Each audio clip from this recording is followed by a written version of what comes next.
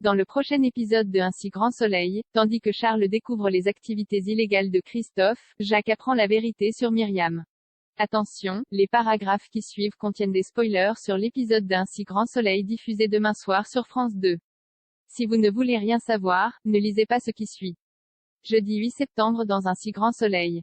Charles découvre les activités illégales de Christophe. Christophe fait un horrible cauchemar dans lequel il porte une camisole de force et se retrouve piégé dans un cercueil. Il voit alors Eva et Patrice cherchant à se venger de lui.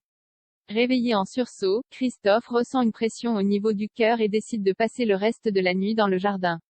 Le lendemain matin, Cécile le rejoint au bord de la piscine puis lui propose de prendre sa matinée pour passer du temps en tête-à-tête.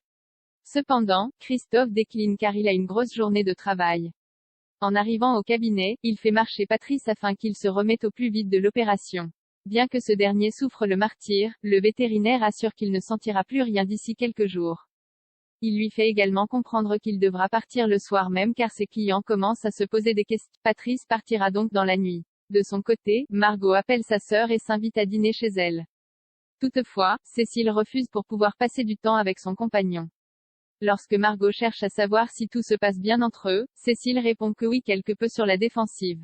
Au commissariat, le commissaire Baker fait le point sur l'enquête avec ses hommes. Si la surveillance d'Eva ne donne rien, Élise est malgré tout convaincue que cette dernière est toujours en contact avec son mari grâce à un téléphone prépayé. Comme il est fort probable qu'elle en change souvent pour ne pas se faire pincer, Baker conseille à Élise et Thierry de trouver l'endroit où elle se débarrasse des téléphones.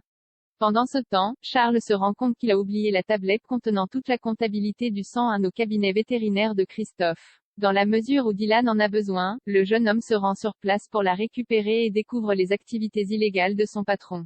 Jacques apprend la vérité sur Myriam après plusieurs semaines passées dans le coma. Jacques va pouvoir intégrer un centre de rééducation. Si d'un point de vue médical, le père de Marc est totalement remis, les semaines de coma ont malheureusement fait fondre sa masse musculaire. Jacques va donc devoir remettre tout cela en route grâce à de la kinésithérapie et de l'ergothérapie.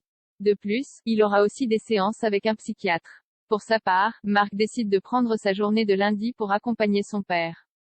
Après tout ce qu'il lui a fait, Jacques s'imagine que Myriam ne sera pas présente et espère qu'elle pourra un jour le pardonner. Bien qu'il aurait aimé attendre pour lui en parler, Marc lui apprend que Myriam est décédée. Un coup dur pour Jacques. De son côté, Elisabeth est à cran.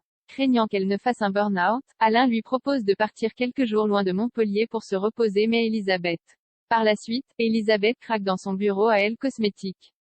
Non loin de là, Louis rend visite à son grand-père qui lui explique que c'est lui qui a pris la décision d'essayer de mettre fin à ses jours. Il lui demande donc d'arrêter d'en vouloir à sa mère car la vie est bien trop courte pour se fâcher avec les gens qu'on aime. Sur ses conseils, Louis décide de pardonner à sa mère et appelle donc son père pour lui demander l'autorisation de passer la nuit chez elle. Soulagé qu'ils se soient réconciliés, Marc accepte. Plus tard, Léonore est heureuse que son fils soit revenu. Une fois qu'ils se sont mis d'accord pour laisser cette histoire derrière eux, mère et fils retrouvent leur complicité.